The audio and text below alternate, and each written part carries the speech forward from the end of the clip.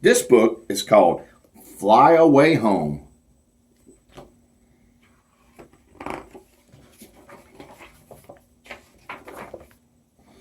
Me and my dad live in an airport. That's because we don't have a home, and the airport is better than the streets. We are careful not to get caught. Sad, they don't have a home, they're homeless. So they're having to live in the airport. Mr. Slocum and Mr. Vale were caught last night. 10 green bottles hanging on the wall, they sang. They were as loud as 2 moose bellowing. Dad says they broke the first rule of living here. Don't get noticed. Dad and I try not to get noticed. We stay among the crowds. We change airlines.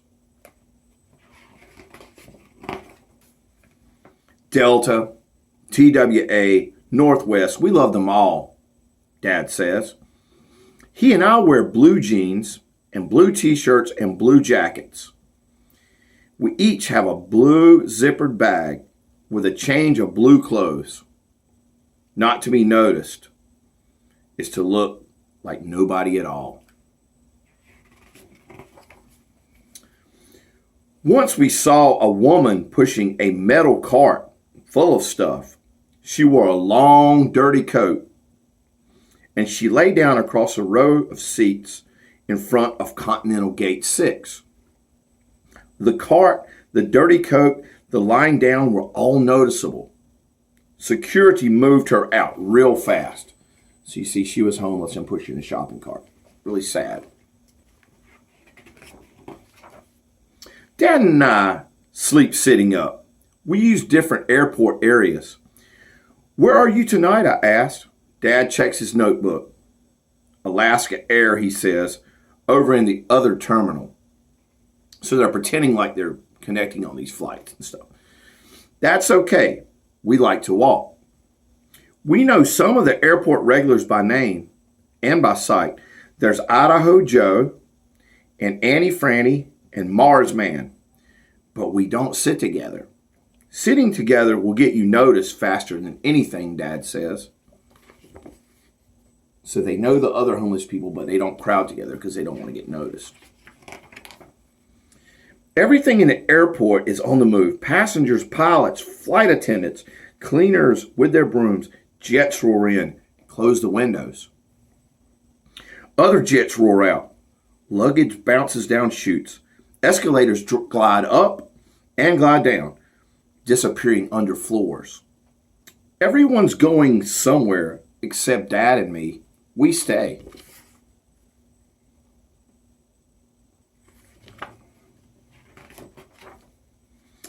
Once a little brown bird got into the main terminal and couldn't get out.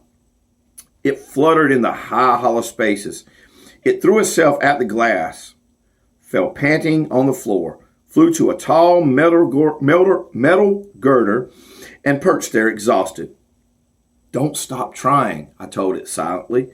Don't. You can get out. For days, the bird flew around, dragging one wing. And then it found the instant when a sliding door was open and slipped through. I watched it rise. Its wings seemed okay. Fly, bird, I whispered. Fly away home. Though I couldn't hear it, I knew it was singing. Nothing made me as happy as that bird. And there's the bird. And there's more people coming in and out of the airport. The airport's busy and noisy, even at night. Dad and I don't sleep anyway. When it gets quiet between 2 and 4 a.m., we wake up. Dead time, Dad says. Almost no flights coming in or going out. At dead time, there aren't many people around, so we're extra careful. In the mornings, Dad and I wash up in one of the bathrooms, and he shaves. The bathrooms are crowded, no matter how early. And that's the way we like it. Strangers talk to strangers. Where did you get in from? 3 hours? Our flight was delayed. Man, I am bushed. Dad and I, we don't talk to anyone. We buy donuts and milk for breakfast at one of the cafeterias, standing in line with our red trays. Sometimes Dad gets me a carton of juice too. I'm not sure where they get their money because they're homeless, but maybe people give them money. I don't know. On the weekends, Dad takes the bus to work. He's a janitor in the office in the city. Okay, he does have a job. He's a janitor in the city. So that would explain why he has a little money. They don't have enough for a house, though. The bus fare is $1 each way. On those days, Miss Medina looks out for me. The Medinas live in the airport, too. Grandma, Ms. Medina, and Denny, who's my friend. He and I collect rented luggage carts that people have left outside and return them for 50 cents each. If the crowds are big and safe, we offer to carry bags. Get this one for you, lady? It looks heavy. Or, can I call you a cab? Denny's real good at calling cabs. That's because he's 7 years old already. Sometimes passengers don't tip. Then Denny whispers, stingy. But he doesn't whisper too loud. The Medinas understand that it's dangerous too to be noticed. When Dad comes home from work, he buys hamburgers for us and the Medinas. That's to pay them for watching out for me. If Denny and I had a good day, we treat for pie. But I've stopped doing that. I save my money in my shoe. Will we ever have our own apartment again? I asked Dad. I'd like it to be the way it was before Mom died. Maybe we will, he says. If I can find more work, if we can save more money. He rubs my head. It's nice right here, though, isn't it, Andrew? It's warm, it's safe, and the price is right. But I know he's trying all the time to find us a place. He takes newspapers from the trash baskets and makes pencil circles around letters and numbers. Then he goes to the phone. When he comes back, he looks sad and angry. I know he's been calling about an apartment. I know that rents are too high for us. I'm saving money too, I tell him, and I lift one foot and point to my shoe. Dad smiles. Attaboy. He's sitting there and he's saving his money to help his dad. Pretty cool. If we get a place, you and your dad can come live with us, Denny says.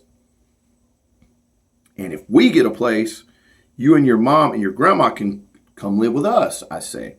Yeah, we shake it off. That's going to be so great. After next summer, Dad says I have to start school. How, I asked.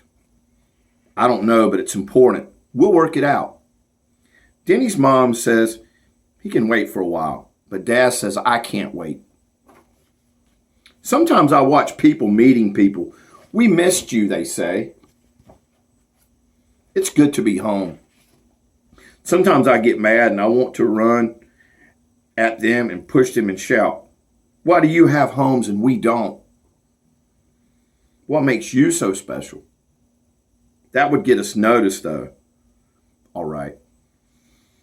Sometimes I just want to cry. I think Dad and I will be here forever.